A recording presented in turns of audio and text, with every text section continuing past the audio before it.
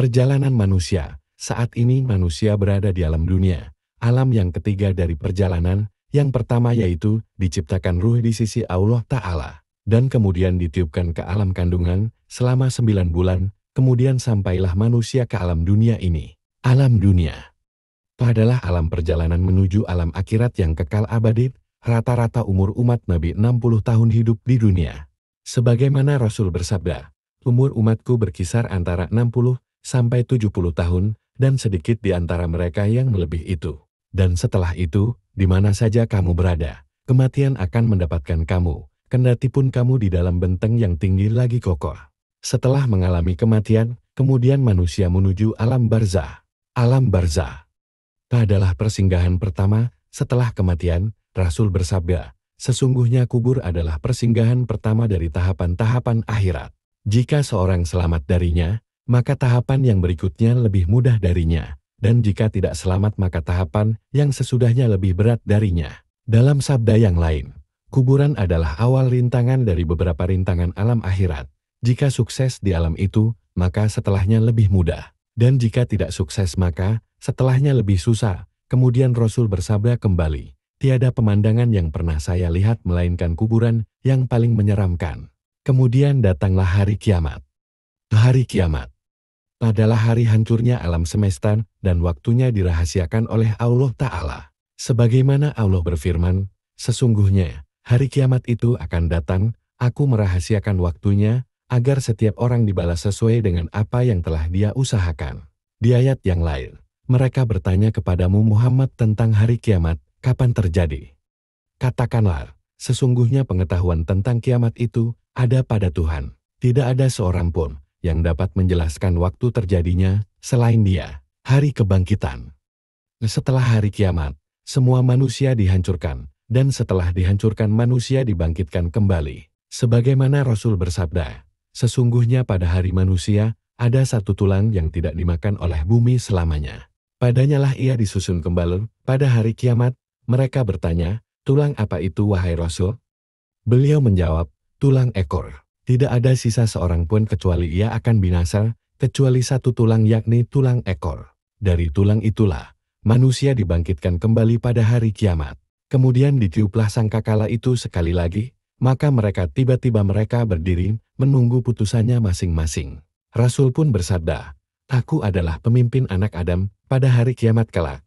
Aku adalah orang yang pertama keluar dari kuburan, padang mahsyar.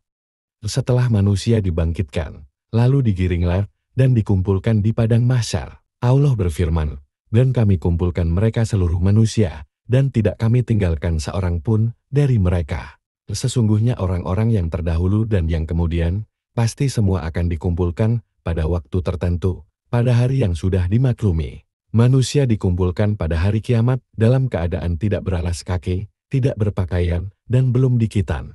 Syafaat, setelah terjadi peristiwa dahsyat di padang mahsyar, seperti matahari diturunkan dalam jarak 1 mil. Dan begitu kondisi sangat panas sekali. Kemudian mereka mendatangi para nabi, agar memberikan syafaat kepada mereka, agar Allah segera datang memulai persidangan, karena hari penantian sangatlah berat. Rasul bersabda, lalu mereka menemuiku seraya berkata, wahai Muhammad, engkau adalah Rasul Allah dan penutup para nabi. Allah telah mengampuni semua dosamu, baik yang telah lalu atau yang akan datang. Mintalah syafaat untuk kami kepada Tuhanmu. Tidaklah engkau melihat keadaan kami dan yang menimpa kami? Lalu aku pergi dan datang di bawah aras, lalu aku bersujud kepada Robku.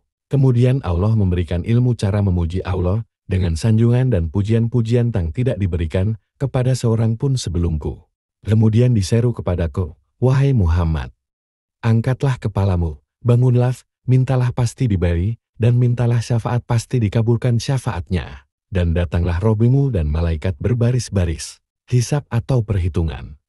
Setelah Allah datang, maka dimulailah persidangan. Allah berfirman, dan pada hari itu engkau akan melihat setiap umat berlutut. Pada hari itu kamu diberi balasan atas apa yang telah kamu kerjakan. Sungguh Allah tidak akan mendolimi seseorang walaupun sebesar zarah. Dan Rob tidak mendolimi seorang pun. Kemudian, setiap orang diberi balasan yang sempurna sesuai dengan apa yang telah dilakukannya. Dan mereka tidak dirugikan, mizan, atau timbangan. Setelah masa perhitungan telah selesai kemudian datanglah masa mizan atau timbangan amal perbuatan. Allah berfirman, dan kami akan memasang timbangan yang tepat atau adil pada hari kiamat. Maka tidak seorang pun dirugikan, walaupun sedikit, sekalipun hanya seberat biji sawi. Pasti kami mendatangkan pahala, dan cukuplah kami yang membuat perhitungan. Barang siapa yang berat timbangan kebaikannya, maka mereka itulah orang-orang yang beruntung, dan barang siapa yang ringan timbangan kebaikannya, maka mereka itulah orang-orang yang merugikan dirinya sendiri, mereka kekal di dalam neraka jahanam. Sirat adalah jembatan yang panjang di atas neraka. Rasul bersabda, maka diletakkan sirat seperti tajamnya pisau, maka malaikat berkata, siapa yang bisa melewatinya ini? Maka Allah berkata, siapa saja yang aku kehendaki dari ciptaanku. Malaikat berkata, Maha suci engkau, kami tidak beribadah kepadamu dengan ibadah yang seharusnya. Dari sahabat Abu Sa'id Al-Khudri, Rasul ditanya, bagaimana jembatan itu?